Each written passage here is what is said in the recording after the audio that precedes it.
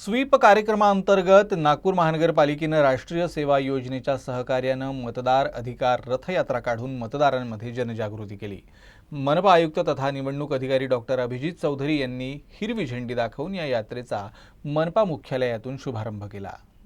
आगामी नागपूर महानगरपालिका निवडणुकीत मतदारांनी मोठ्या संख्येने सहभाग नोंदवावा यासाठी महानगरपालिका प्रशासनातर्फे शहरातील प्रत्येक झोनमध्ये मतदान अधिकार रथयात्रा काढण्यात आली आणि मतदारांमध्ये जनजागृती करण्यात आली।